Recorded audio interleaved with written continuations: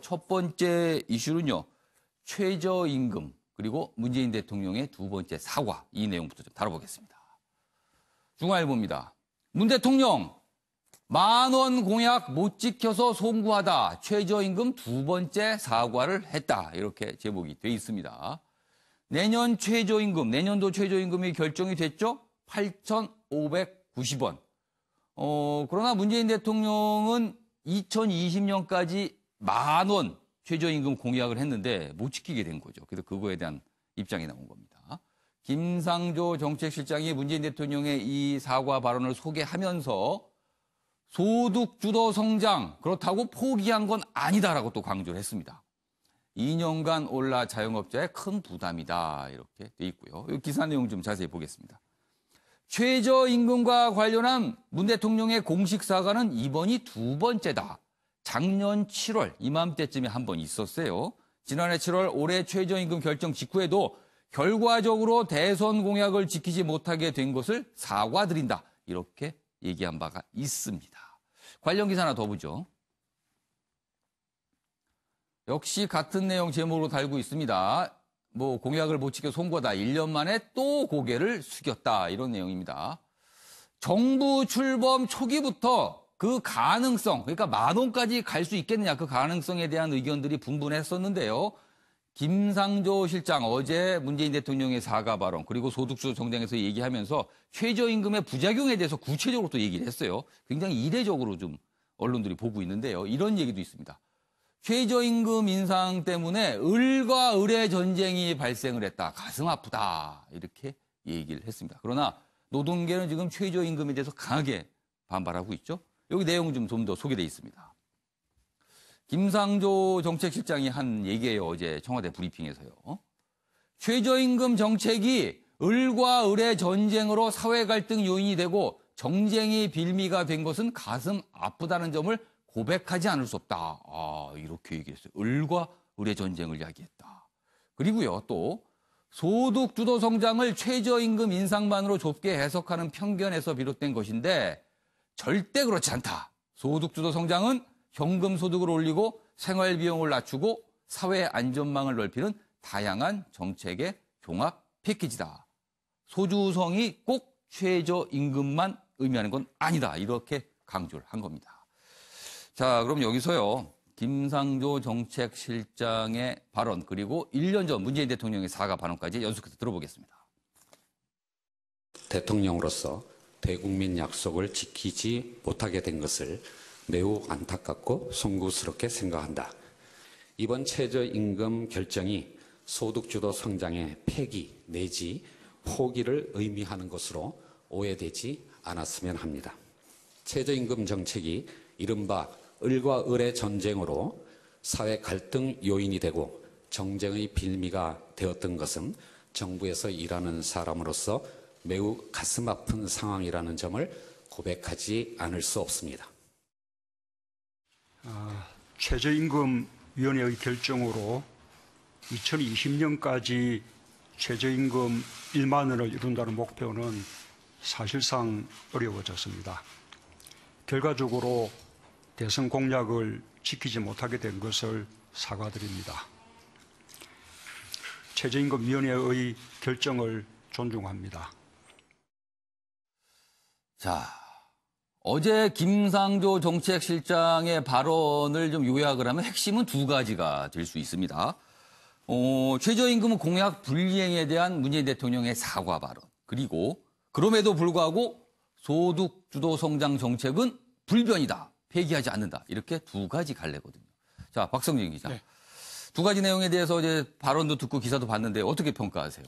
이건 정부 차원에서 합리적인 선택이라고 볼 수 있는 거죠. 왜 그러냐면은 이미 2017년 대선 당시에도 이 1만 원 최저임금 1만 원 구호는 여야 관계없이 그렇죠. 목표 시기만 달았을 뿐 다 똑같았거든요. 거의 모든 후보가 10,000원 얘기를 했어요. 10,000원, 1만 원 구호라고 그러지 않습니까? 이게 근데 이게 해보니까 이게 이제 생명력을 다한 거죠, 사실은. 역할을 다 했고.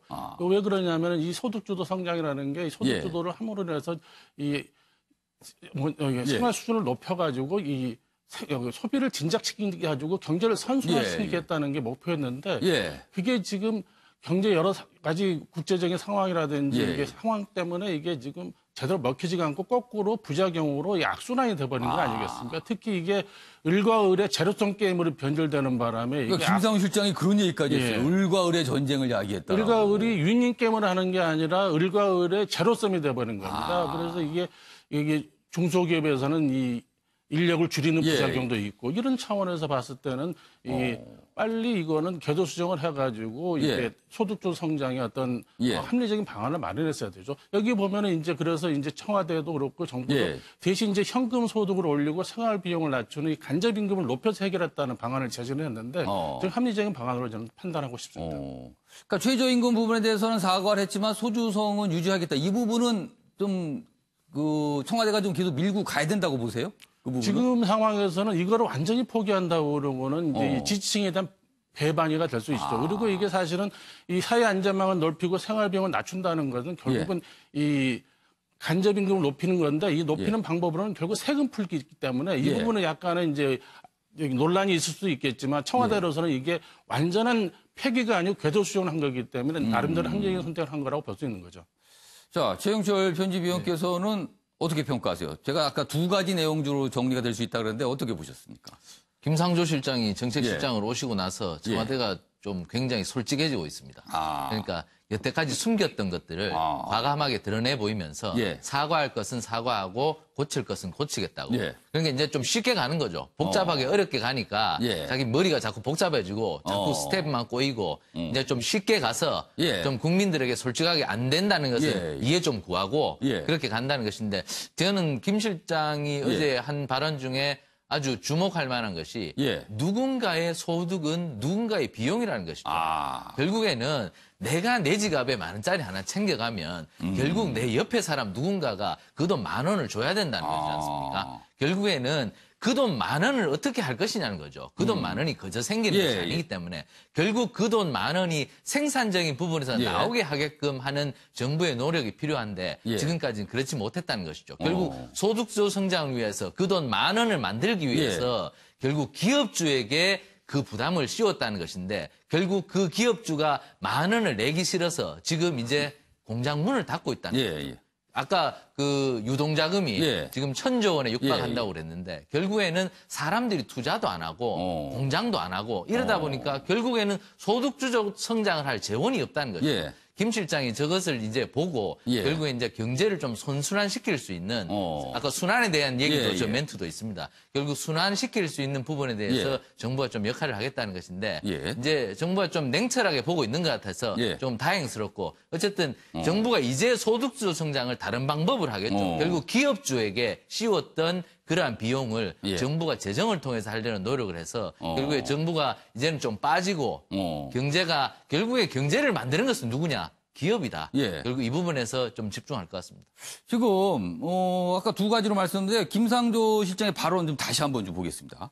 소득주도 성장에 대해서 좀 정의를 내린 부분이 있어요. 다시 한번 보면요.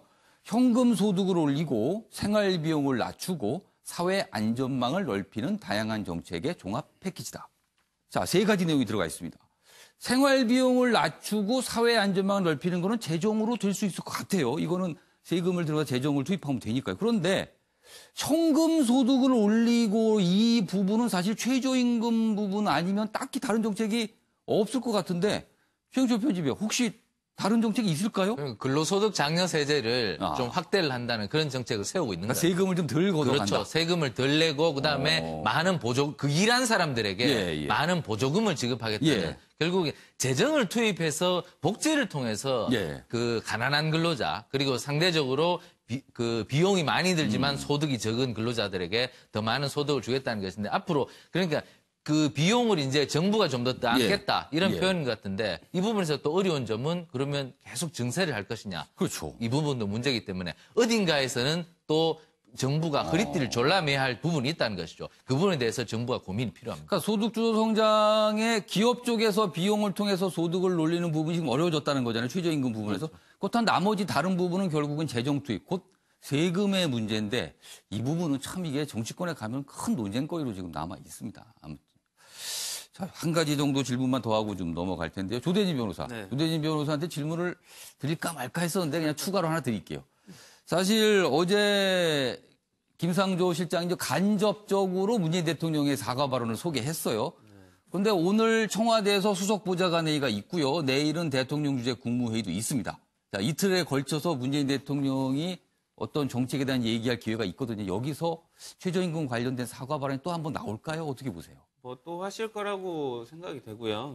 그 마음을 아니까 정책실장이 미리 이제 미리 좀 예고를 한 건가요? 예고를 한 걸로 보여지고 있고 예. 또 당연히 그 최저임금 10,000원 관련된 공약은 대표적인 공약이었는데 지키지 못하는 부분에 대해서 실망하시는 분들이 되게 많지 않습니까? 하지만 이게 현실적인 경제 상황 때문에 이루어지지 못했다는 그 부분에 대한 설명은 차치하고라도 어쨌든 결과는 달성하지 못했기 때문에 국민에 대한 유감 표명은 하실 거라고 보여요. 그러면 이르면 오늘 오후 2시죠? 수석보좌관회의가 예정돼 있는데 거기서 문재인 대통령이 다시 한번 사과 그리고 뭔가 설명과 해명 그리고 국민에 대한 뭐 당부 뭐 이렇게 좀 있을 수 있겠네요. 그러니까 어떤 발언이. 그 사과나 그 설명뿐만이 아니라 아까 설명해 주셨듯이 이걸 어떻게 그러면 보완할 것이냐. 그냥 아까 말씀 주신 그 사회 안전망 합충이라는 그 의미가 무엇인가. 그런 의미에 관련돼서도 설명을 개별적으로 또 하실 수도 있다고 생각합니다. 그러면 어제 김상조 실장의 설명보다는 좀 더 자세한 내용이 나올 수도 있을 것 같네요. 오늘 한번 기다려 보겠습니다.